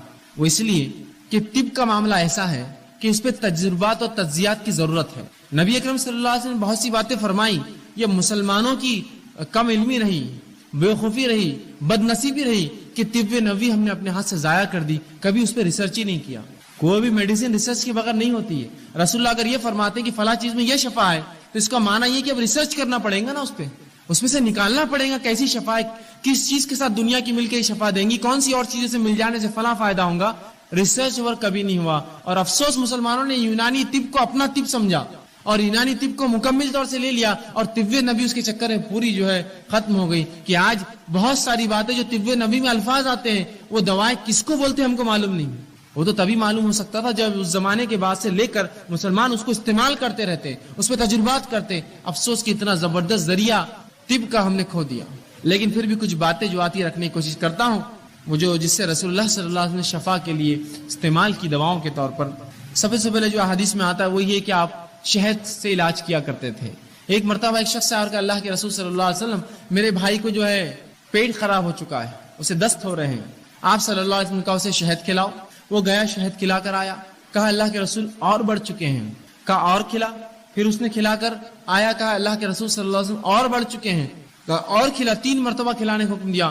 پھر وہ آ کر کہا اللہ کے رسول اور اس کے جو ہے دست بڑھ گئے ہیں، تو کہا اللہ کی کتاب سچی ہے، تیرے بھائی کا پیٹ جھوٹا ہے، اسے اور کھلا شہد، اس لیے کہ اللہ نے شہد کے تعلق سے کہا اس میں شفا ہے، تو اللہ کی کتاب سچی ہے، تیرے بھائی کا پیٹ جھوٹا ہے، اسے اور کھلا۔ جب اور کھلایا گیا تو ان کو شفا مل گئی اس چیز سے۔ آپ دیکھ رہے ہیں جہاں شہد کھلایا گیا وہیں عقیدہ دیکھیے ساتھ میں، کھلا اس کو، اس میں شفا ہے، بس اگر کہہ دیا تو کہہ دیا، یہ نہیں کہ اور عموماً دیکھے تو شہد کھلانے سے بہت سے لوگوں کے جو ہے دست اور بڑھ جائیں گے، ظاہر تو یہ دکھتا ہے لیکن اس میں شفا ہے، وہ شفا اور فائدہ دیتا ہے، اس لیے کہ کبھی دست کا روکنا درست ہوتا ہے اور کبھی ان کا نکل جانا اچھا ہوتا ہے تاکہ بیماری جو اندر ہے جراثیم پورے نکل جائے پیخانے کے ذریعے۔ تو کہا تیرا بھائی کا پیٹ جھوٹا ہے، اللہ کی کتاب سچی، اور کھلا اس کو ایک بار، اور کھلایا، دست بند ہو گئے، شہد کے ذریعے شفا۔ اسی طرح آپ صلی اللہ علیہ وسلم نے زمزم کا استعمال کیا شفا کے لیے، اور فرمایا زمزم جس نیت سے پیا جاتا ہے اللہ اس میں شفا رکھتا ہے۔ تو یہ علاج بھی ہم کر سکتے کہ جب حج کو جانا ہو، عمرے کو جانا ہو، جو لوگ جاتے ہیں آپ ان کو کہیے کہ بھائی زمزم ہمارے لیے لائیے، یا خود گئے تو خوب پیجیے اس نیت سے کہ اللہ فلاں مرض کے لیے شفا، فلاں مرض کے لیے شفا، فلاں، اس لیے کہ زمزم جس نیت سے پیا تھا آپ فرماتے ہیں اللہ نے اس میں شفا رکھی ہے اس پانی کے اندر، تو زمزم کا استعمال کیجیے دوا کے لیے۔ اسی طرح گائے کا دودھ یہ بھی بڑا مفید ہے، یاد رکھیے، آپ صلی اللہ علیہ وسلم فرماتے ہیں کہ گائے کا دودھ پیا کرو، اس میں شفا ہے، اور اس کے پنیر کو کھایا کرو، اس میں بھی شفا ہے، اس لیے کہ گائے مختلف قسم کے جو ہے جھاڑ کھاتی ہے جس کی وجہ سے اس کے دودھ میں شفا ہوتی ہے، لیکن اس کے گوشت میں بیماری ہے، کیا فرما رہے ہیں آپ صلی اللہ علیہ وسلم؟ گائے سے علاج کیا کرو، اس کے دودھ میں شفا ہے اور اس کے پنیر میں شفا ہے، لیکن فرمایا اس کے گوشت میں بیماری ہے۔ لیکن ہمارے پاس تو گائے کے گوشت کا معاملہ کیا ہوتا ہے آپ سب جانتے ہیں، اس کے بغیر کوئی دعوت مکمل نہیں ہوتی، اور اس حد تک اس کو کھایا جاتا ہے کسی کو انتہا نہیں۔ آپ کھا سکتے ہیں، حلال ہے، حرام نہیں ہے، لیکن اگر بکثرت اس کو کھائیں گے تو اس میں بیماری ہے، یاد رکھیں کہ رسول اللہ نے واضح اور ایک نہیں ایسی 5 سے 6 روایت ہے جس میں کہا اس میں بیماری ہے، اس کے گوشت میں بیماری ہے۔ تو آپ نے فرمایا اس کے دودھ میں شفا ہے، اس کے پنیر میں شفا ہے، اس لیے کہ گائے چرتی ہے اور بہت سارے مختلف جھاڑ کھاتی ہے جو بیماری کا علاج ہوتے ہیں، تو اس کو پینا چاہیے، اس کے دودھ کو، اس کے پنیر کو، اور کہا اس کے گوشت کے تعلق سے احتیاط کرنا، اس میں بیماری ہے۔ تو حلال ہے ایسا گوشت کھانا، لیکن بکثرت کھائیں گے تو بیماری ہو سکتی ہے، یاد رکھیں۔ رسول اللہ نے فوراً وضاحت کر دی اس میں بیماری، اور تمام احادیث صحیح ہے، یاد رکھیں۔ تو گائے کے دودھ سے علاج کروائیے، اسی طرح بچوں کو پلائیے، خود پیجیے بیمار ہو تو، بڑا شفا اس میں فائدہ ہے۔ اسی طرح آپ نے زیتون کے تیل کے تعلق سے کہا، زیتون کے تیل میں بھی شفا ہے، کوشش کریں کہ زیتون کا تیل ہم استعمال کریں۔ اب لیکن بہرحال اب کیسے استعمال کریں اس کو تو ظاہر سی بات ہے تجربات کرنے پڑیں گے۔ اب جو لوگ تجربے کرتے ہیں مختلف چیزوں میں ملا کر زیتون کا تیل کیا فائدہ ہوتا ہے ان سے پوچھنا پڑے گا کیسا ہوتا ہے بول کر۔ اسی طرح کلونجی میں آپ نے فرمایا شفا ہے، اور کلونجی کے تعلق سے فرمایا کہ تم جو کالے دانے کلونجی جس کو کہتے ہیں اس کو اگر ساتھ کھایا کرو، اس میں بڑی شفا ہے، اور فرمایا اس کے تعلق سے کہ جو اسے کھاتا ہے اس میں موت کے علاوہ تمام چیز کا جو ہے شفا ہے، تمام چیز کی سوائے موت کے۔ کلونجی تو کلونجی کھایا کریں، اس میں بھی شفا ہے۔ اسی طرح اجوا کھجور کے تعلق سے آپ نے فرمایا اس میں بھی شفا ہے۔ اجوا کھجور وہ کھجور ہوتی ہے جو نبی اکرم صلی اللہ علیہ وسلم کے زمانے میں ایک مخصوص احاطہ ہے اس کے اندر اگتی تھی، اسے اجوا کہتے ہیں۔ تو اجوا کھجور جو کھاتا ہے آپ وسلم فرماتے ہیں جس دن وہ کھائے نہار پر 7 اجوا کھجور، اس دن جادو اور اس پہ زہر اثر نہیں کرتا۔ اسی طرح اجوا کے علاوہ آپ فرماتے ہیں کہ ہجامے میں بھی شفا، ہجامہ سمجھتے ہیں، کپنگ جس کو کہتے ہیں، جس کے اندر بلیڈ کے ذریعے کچھ کٹس لگائے جاتے ہیں اور خون نکالا جاتا ہے مختلف جگہ سے، گردن کے پیچھے سے، سر پر سے، یا مختلف اعضاء جو تکلیف دیتے ہیں اس کو ہجامہ کہتے ہیں۔ ٹھیک، آپ یہ بھی کر سکتے ہیں، کپنگ کہتے ہیں اس کو انگلش میں، یہ بھی بڑی فائدہ مند ہے۔ آپ صلی اللہ علیہ وسلم نے خود اس کو کروایا تھا ایک حج کے اندر، جب آپ گئے تھے حج میں اور آپ صلی اللہ علیہ وسلم میں کچھ تکلیف تھی، آپ نے ہجامہ کرایا تھا۔ تو آپ یہ بھی کروا سکتے ہیں، اس کے اندر بھی شفا انسانوں کے لیے تکلیف دہ جگہوں پر اور مختلف جو اعضاء پر یہ کیا جاتا ہے، تو ہجامہ آپ کرا سکتے ہیں، اس میں شفا ہے۔ اسی طرح آپ صلی اللہ علیہ وسلم نے کہا سرمے کے تعلق سے، سرما لگایا کرو، اس سے آنکھیں جو ہے صاف رہتی ہیں، تو سرما بھی ایک قسم کا جو ہے آنکھوں کی حفاظت کے لیے آپ بالکل لگا سکتے ہیں، اس میں کوئی حرج نہیں، اور یہ بھی سنت نبی ہے کہ آپ صلی اللہ علیہ وسلم سرما لگاتے تھے۔ ٹھیک ہے، اسی طرح ٹھنڈے پانی سے بخار کا علاج آپ صلی اللہ علیہ وسلم کرتے تھے۔ آپ فرماتے تھے کہ بخار شیطان کی طرف سے ہے، شیطان آنکھ سے بنا ہے، لہٰذا ٹھنڈے پانی سے بخار کا علاج کرو۔ اور ٹھنڈے پانی سے جو آپ جسم کو دھوتے، یا ٹھنڈے پانی سے آج بھی دیکھیے بخار اگر بڑھ جائے ڈاکٹر کہتا ہے پٹیاں رکھیے سر پر ٹھنڈے پانی کی، تو ٹھنڈے پانی سے آپ بخار کا علاج کرتے ہیں۔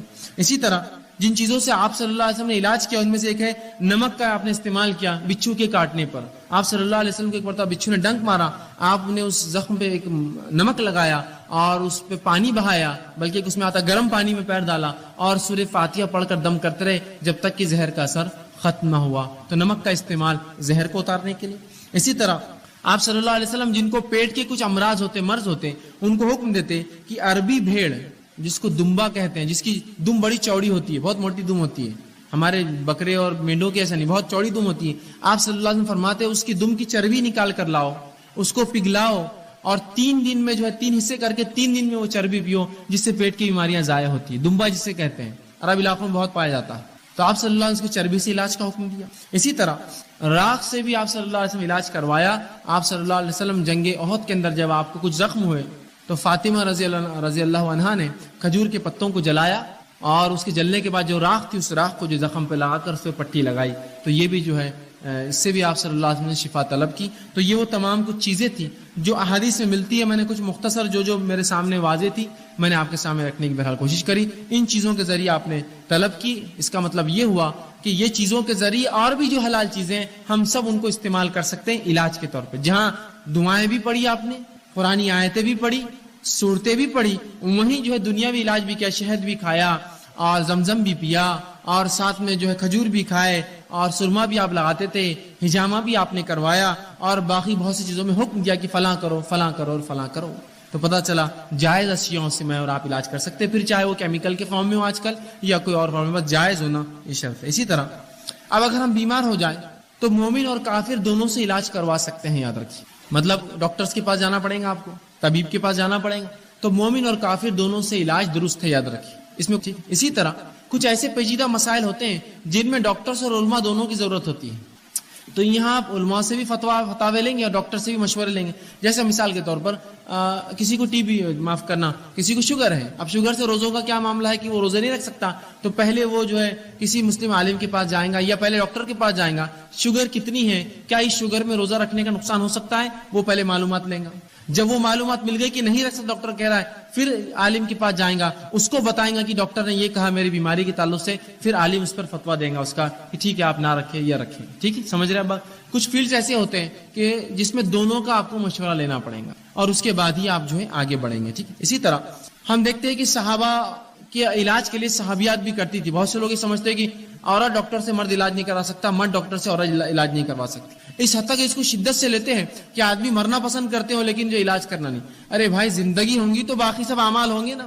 زندگی اول ہے، پہلے زندہ رہیے پھر دیکھا جائے گا اعمال کا. تو یہاں آپ دونوں سے کروا سکتے ہیں. اس کے لیے دلیل میں دیتا ہوں، سنن ابن ماجہ اور صحیح بخاری کی روایتیں، کئی روایتیں ملتی ہیں جس میں یہ آتا ہے کہ صحابیات یہ فرماتی ہے کہ ہم جہاد میں جاتی، پیچھے رہتی، زخمیوں کو اٹھاتی، مرم پٹی کرتی، پانی پلاتی، اور جو زیادہ زخمی ہوتی ہے ان کو واپس شہر بھیجتی. عورتیں کرتی یہ کام. زخمیوں کی مرہم پٹی عورتیں کریں گی تو کیسے کریں گی؟ ظاہر سی بات ہے وہ اپنے ہاتھوں سے کریں گی نا. مرہم پٹی کریں گی، علاج کریں گی. تو صحابیات ہی کرتی تھی. تو پتہ چلا عورتیں مرد کا علاج کر سکتی ہیں، تو اس کا مطلب یہ مرد عورتوں کا علاج بھی کر سکتے. ٹھیک. بہرحال احتیاط اس میں ضروری ہے کہ خامخواہ کو خوشی سے عورتوں کے پاس نہ جائے علاج کروانے. نہیں ادھر کہاں جا رہے، ادھر چلو ادھر جائیں گے، یہ غلط ہوگا، اس لیے کہ حرام ہے. آپ خامخواہ کیوں جا رہے ہیں؟ اور اسی طرح خامخواہ کو عورت مرد کے پاس نہ، جب کہ عورت موجود ہے. نہیں وہ بہت ہی نکچڑی دکھتی ہے، ہم کو فلاں کرتی ہے، آدمی کتنی اچھی باتیں کرتے ہیں اپنے سے، فلاں نہیں جا سکتے آپ. اس کا نکچڑا پن درست ہے آپ کے لیے، لیکن کسی آدمی کے پاس آپ نہیں جائیں گے عورت کے ہوتے ہوئے. ٹھیک. تو یہ بہرحال ترجیحات ہوں گی. اسی طرح جب بیماری جب انسان کو ہوتی ہے تو بیماری سے پہلے احتیاط ضروری ہے. انگلش میں بھی ایک مثال ہے، prevention is better than cure.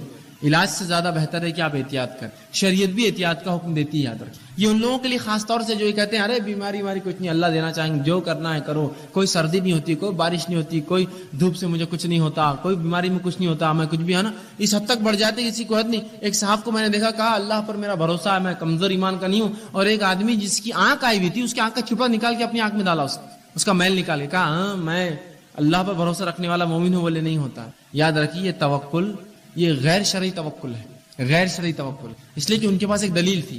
نبی اکرم صلی اللہ علیہ وسلم نے فرمایا کوئی بیماری چھوت نہیں ہوتی، ہاتھ لگانے سے نہیں پھیلتی، کوئی بیماری خود سے نہیں پھیلتی. حدیث کے الفاظ ہے کہ کچھ چیزیں کچھ بھی نہیں ہیں، کچھ چیزوں کی کوئی حقیقت نہیں. اس میں ایک فرمایا چھوت کوئی بیماری نہیں ہوتی، چھونے سے کوئی بیماری نہیں ہوتی. لیکن کس معنی میں سمجھنا پڑے گا نا. اپنے ڈھنگ سے سمجھیں گے تو پھر یہ ایسے بے خوفانہ حرکتیں کرتے ہیں. احتیاط ضروری ہے. آئیے میں مثال دیتا ہوں احتیاط کی. صحیح مسلم کی روایت ہے، آپ صلی اللہ علیہ وسلم نے بیمار اونٹوں کے باڑوں کو الگ بنانے کا حکم دیا اور صحت مند اونٹوں کے باڑے الگ بنانے کا حکم دیا. آئیے اس حدیث میں رسول اللہ جانوروں کو جو بیمار ہے الگ رکھو بول رہے صحت مند جانوروں سے. حدیث میں کہ کچھ اونٹوں کو خراش، کھجلی کی بیماری ہو گئی تھی، تو رسول اللہ نے کھجلی والے اونٹوں کو بغیر کھجلی والے اونٹوں سے الگ رکھا، مطلب دونوں کے باڑے الگ کیے. اس سے کیا پتا چل رہا ہے؟ احتیاط. آپ نے یہ کیا کہ دونوں اونٹوں کو ملو ایک دوسرے سے لے جا کر، کیا ہوتا دیکھیں گے، اللہ جس کو دینا چاہے دیں گے. نہیں، جب جانوروں میں اتنی احتیاط کی کہ ان کے باڑے الگ کر دیے تو انسانوں میں بدرجہ اولا یہ احتیاط ضروری یاد رکھیے. جب جانوروں میں اتنی احتیاط کی گئی تو انسانوں میں کتنی احتیاط کی ضرورت ہے ہمیں اور آپ کو کرنا چاہیے. احتیاط میں کوئی حرج نہیں. ہاں چھونے سے کوئی بیماری نہیں ہوتی، اس کا معنی کیا پھر حدیث میں؟ آئیے میں وہ بھی اس کی وضاحت کر دیتا ہوں. جو آپ صلی اللہ علیہ وسلم نے کہا کوئی بیماری متعدی نہیں ہوتی، چھونے سے نہیں پھیلتی، اس کا کیا معنی ہے وہ سمجھاتا ہوں. اس کا معنی یہ ہے کہ عربوں میں ایک عقیدہ تھا، نبی اکرم صلی اللہ علیہ وسلم کے زمانے میں ایک بدعقیدگی تھی لوگوں میں. وہ یہ تھی، وہ کہتے تھے کہ بیماری خود سے جانے کی طاقت رکھتی ہے ایک دوسرے کے اندر. خود سے اس کے نفس کے اندر یہ طاقت ہوتی ہے کہ جس کو چاہے لگ سکتی ہے. اس کے توڑ میں رسول اللہ نے فرمایا بیماری میں خود سے لگنے کی طاقت نہیں ہوتی، اللہ جس کو چاہتا ہے دیتا ہے. سمجھ رہے آپ بات؟ جو رسول اللہ نے فرمایا چھوت کوئی چیز نہیں ہوتی، ٹھیک ہے، کہ بیماری متعدی خود بخود نہیں پھیلتی. اس کا معنی کیا ہے؟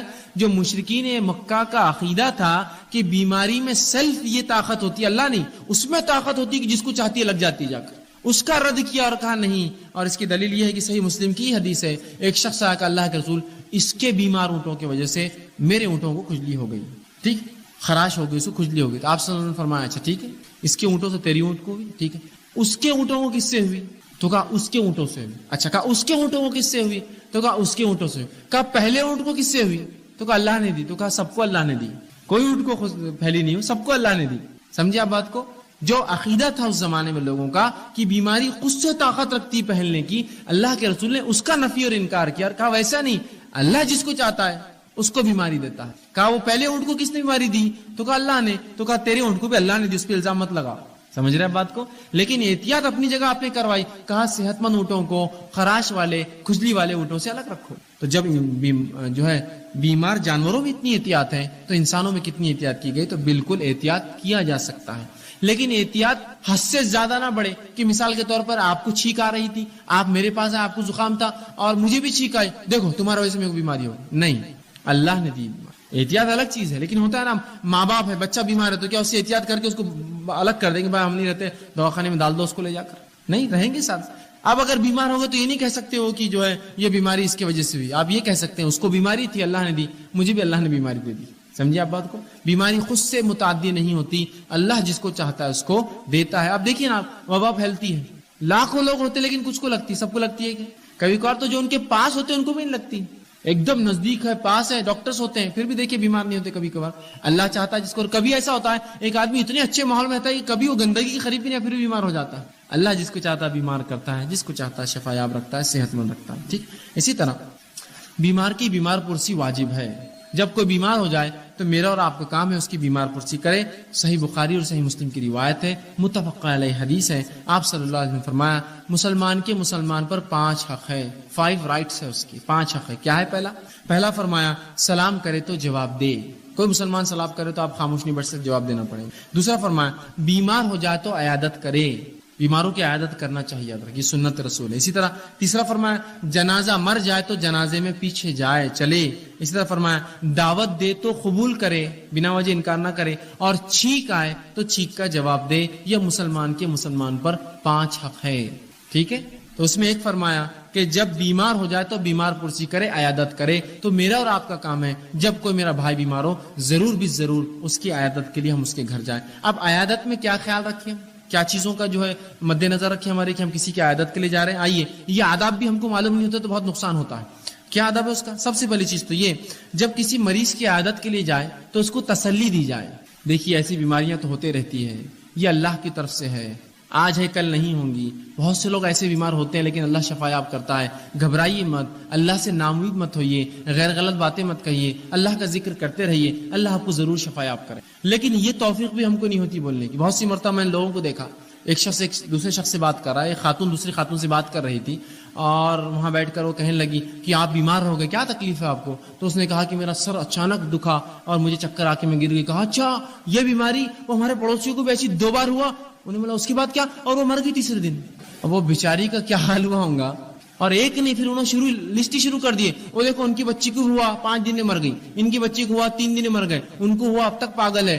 اب یہ ویسے ہی بیمار بیچاری خاتون، اس کی باتیں سن کے وہ 100% بالکل اب مر جائیں گی، نہیں مرنے والی تھوڑے دن میں۔ یہ طریقہ ہے بیمار کی عادت کا۔ تسلی دیجیے اس کو، کتنا بھی بڑا مرض ہو تو یہ کہیے امید کیجیے اللہ سے، اللہ شفا دے آپ کو، امید کرتے اپنے رب سے ہم کہ آپ کا ہمارا رب آپ کو مطلب اللہ آپ کو شفا دیں گا۔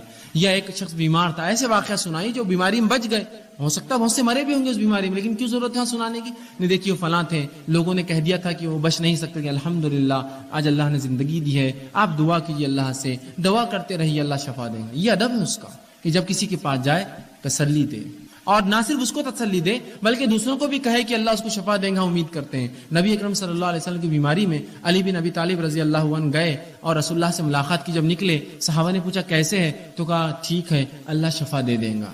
یہ نہیں کہا کہ حالانکہ آپ سے بہت بیمار تھے، لیکن پھر بھی تسلی دی تاکہ قوم میں نے تو ایک جذبہ جاگ جائیں گا یا پتہ نہیں غیر غلط حرکتیں کریں گے، لوگ روئیں گے، چلائیں گے اور پتہ نہیں کیا کیا سوچیں گے، تو کہا اللہ ٹھیک ہے شفا دے دیں گا۔ یہ نہیں کہا کہ بہت مزہ ہے اب تو پتہ نہیں بچتے نہیں بچتے رسول اللہ، ان کا اللہ شفا دے دیں گا۔ لیکن بات ہم کو پتہ ہے کہ 3 دن بعد رسول اللہ صلی اللہ علیہ وسلم کا انتقال ہو گیا اس میں۔ تو آپ دیکھیے تسلی دینا ہے، یہ نہیں کہ آپ ایسے واقعہ سنا جس میں اس کا بالکل دل توڑ دے، بالکل اس کو جو ہے کہہ دے کہ اب مر جائیں گے تم جیسا، وہ مر گیا، یہ مر گئی، فلاں ہو گیا، اچھی بات۔ دوسرا، زیادہ دیر نہ بیٹھے۔ نبی اکرم صلی اللہ علیہ وسلم جب عیادت کے لیے جاتے، فوراً جاتے، بات کرتے اور نکل جاتے۔ اب ہمارے پاس عیادت کا معاملہ یہ ہوتا ہے کہ اب چچا بیمار عیادت کو جائیں گے تو آرام سے اپن 12 بجے جائیں گے، ظہر اور وہاں پڑھیں گے، دوپہر کا کھانا کھائیں گے اور اس کے بعد آرام سے کھا کر عصر کے بعد نکل کے پڑھ کے مغرب کو گھر پہنچیں گے۔ یہ کوئی طریقہ ہے؟ اور عورتیں بہت سی بار بھائی کہاں جا رہے ہو، بیمار ہیں ان کی عیادت کے لیے جا رہے ہیں، ارے اتنا سامان سلوک بچوں کی پھالیاں سب لے کر اب آرام سے رک کے آرام سے دیکھ کر آئیں گے نا مریض کو۔ اور جا کر آرام سے گھر میں بیٹھ کر ظہر کی نماز ہو گئی، پھر کھانا امید کر رہے، اور آئے بعد کھانے میں نقص و چڑے بھی نکالتے، دیکھو نمک کم ڈال کے لائے تھے، ہلدی دیکھے کتنی زیادہ تھی، اور دیکھو خالی بڑے کا بنا ہے، ہم آئے تو کم از کم چھوٹے کا تو بنانا تھا ہمارے لیے۔ بیمار کی عادت میں تم دینا چھوڑ کر اس سے امیدیں کرتے ہیں۔ بہت سے لوگ تو اس حد تک ہو جاتے ہیں کہ دواخانے میں جاتے ہیں لوگوں کو دیکھنے، وہ بیچارہ اپنی بیماری میں پریشان، اور آئے بعد بولتے چائے تک کو نہیں پوچھے، چائے تک کو نہیں پوچھے۔ شرم آنی چاہیے تم کو، تم کچھ اس کے لیے لے جاؤ، وہ چھوڑ کر تم اس سے امید کرتے ہو چائے کی۔ تو یہ اخلاق بھی ہم نے نہیں سیکھی، کیسے لوگوں سے بات کی جائے، بیمار کے ساتھ کیا کیا جائے۔ نبی اکرم صلی اللہ علیہ وسلم بیمار کے پاس جاتے، فوراً بات کرتے، دعائیں دیتے، کیسے پوچھتے اور نکل جاؤ، رکتے نہیں۔ ہو سکے تو آپ تحفہ دیجیے بیمار کو، اس لیے کہ تحفے تحائف انسان کو خوش کرتے ہیں، اور ایسا تحفہ دیجیے جس کو دیکھ کر وہ خوش ہو جائے، اس میں پیسے فضول خرچی نہ ہو، اس کی صحت کے لیے فائدہ مند ہو، جیسے آپ پھل دے سکتے ہیں اس کو، یا کچھ ایسی چیزیں جس سے وہ خوش ہو جاتا ہے، جس کو دیکھ کر ہوتے ہیں نا، بچہ ہے کچھ کھلونا دے دیا آپ نے، اس سے وہ خوش ہو جائے۔ اسی طرح کھانے کے لیے کچھ لے گئے آپ جس سے اس کو صحت یابی ہو جائے، یا کچھ جوس لے گئے، کچھ بھی ایسا جس سے نفع ہو اور اس کو خوشی ہو، ایسے آپ تحفے تحائف بھی دے سکتے۔ کوئی انسان بیمار ہے، اس کو خوشبو کا بڑا شوق ہے، ایک عطر لے کے چلے گئے آپ جس سے وہ خوش ہو گیا دیکھ کر، کچھ بھی جس سے اس کو راحت ملے، تھوڑی دیر کے لیے رفاقت ملے، تھوڑی دیر اپنی بیماری بیچارہ بھول جائے، یہ بھی کرنا سنت ہے، یاد رکھیے۔ آپ تحفے تحائف بھی اس کو چھوٹے موٹے ہی صحیح آپ اس کو بالکل دیجیے، دے سکتے ہیں۔ اسی طرح آپ صلی اللہ علیہ وسلم بخاری کی روایت آپ فرماتے ہیں لا باسا طہور انشاءاللہ، جب آپ ایک شخص کے پاس گئے، اس کی بیماری میں اس کو دیکھا، آپ نے یہ کہا اور فرمایا کوئی حرج نہیں، اللہ کی مشیت ہے بیماری تمہارے گناہوں کو پاک کرے، اتنا ہی کہا اور پھر نکل کر آ گئے۔ تو بس جائیے، ضرور جائیے، اور مختصر آپ پوچھیے کیسے ہیں، کیا ہے، کیا حال چال ہے، اللہ آپ کو شفا دے، صحت دے، اور بیماری سے گھبرائیے مت، صبر کیجیے، اللہ کریں گا، میں چلتا ہوں، اللہ آپ کو شفا یاب کرے، نکل جائیے۔ رکنا نہیں ہے، بیٹھنا نہیں ہے، کھانا نہیں ہے، مطالبات نہیں ہے، ورنہ لوگ دواخانوں میں بھی جاتے ہیں، ان کو تمیز نہیں ہوتی ہے، جا کر کرسیوں کے مطالبات کرتے ہیں۔ بھائی ملنے کیوں گئے جب آپ کو کھڑے رہنا نہیں آتا ہے؟ کرسی لاؤ میرے لیے، فلاں لاؤ، میں اتنی مشکل سے سیڑھیاں چڑھ کر آئی، فلاں ہوا، رکشے کرائے 100 روپے ہو گیا، اب 2-4 گھنٹے تو بیٹھنا ہی پڑے گا یہاں، یہ سب نہیں۔ آپ جائیے اور سنت رسول کے تحت کہ بھائی اس کا ثواب ہے، یہ کر کے واپس آ جائیے ادھر، ٹھیک ہے۔ اسی طرح بیمار اور اس کے گھر والے اللہ سے حسن ظن رکھے، اچھا گمان رکھے کبھی، یہ بڑی اہم چیز ہے، اس لیے کہ صحیح مسلم کی روایت ہے، آپ صلی اللہ علیہ وسلم فرماتے کہتے ہیں تمہارے ہر ایک کی موت اس حالت میں آئے کہ اپنے رب کے تعلق سے اچھا گمان رکھتا ہو۔ بیمار اسی گھر والے اللہ سے اچھا گمان رکھے، یہ بیماری اس کی جو ہے گناہوں کو صاف کر دیں گی، یہ بیماری آخرت کے لیے اس کو ثواب دیں گی، یہ بیماری کے ذریعے اللہ رب العزت ہماری آزمائش کر رہا ہے، ہم اس پہ صبر کریں، ہمیشہ اچھا گمان، برا گمان نہیں۔ اللہ میرا ہی گھر ملا تھا، میرے بچے ملے تھے کیا، ان کے 10 بچے پورے صحت مند ہیں، میرا ایک ہی بچہ روز بیمار ہو جاتا ہے، فلاں، یہ سب نہیں۔ اللہ نے چاہا آپ کا ایک ہے کہ بیمار کر رہا ہے، ان کے 10 سے صحت دے رہا، اللہ کی مرضی ہے۔ تو ہم ہر حال میں اچھا گمان رکھیں۔ رسول اللہ فرماتے تم میں سے کوئی شخص ایسا نہ ہو جس کی موت جو ہے ایسی حالت میں آئے کہ وہ اللہ سے اچھا گمان نہ رکھتا، مطلب اچھا گمان رکھیے اللہ سے کہ اگر موت کے قریب بھی تو اچھا گمان اللہ بدلا دے گا۔ اور ایک صحابی کا واقعہ میں نے آپ کو سنایا تھا، نبی اکرم صلی اللہ علیہ وسلم فرماتے ہیں، حدیث میں آتا ہے کہ ایک صحابی رسول موت کے قریب تھے، آپ صلی اللہ علیہ وسلم وہاں گئے اور کہا کیسا لگتا ہے؟ تو کہا جو ہے خوف کھاتا ہوں، ڈرتا ہوں اللہ کی جہنم اور اس کے عذاب سے۔ کہا ٹھیک۔ اس کے بعد پھر پوچھا آپ کیسا لگتا ہے؟ تو کہا امید کرتا ہوں اللہ سے جنت کی اور اس کی مغفرت کی۔ کہا ہاں، جو ایسی موت مرا خوف اور امید کے بیچ میں اللہ سے حسن ظن رکھتے ہوئے، یہ درست مرا، اس کی موت درست ہے۔ تو حسن ظن رکھیے اپنے رب سے۔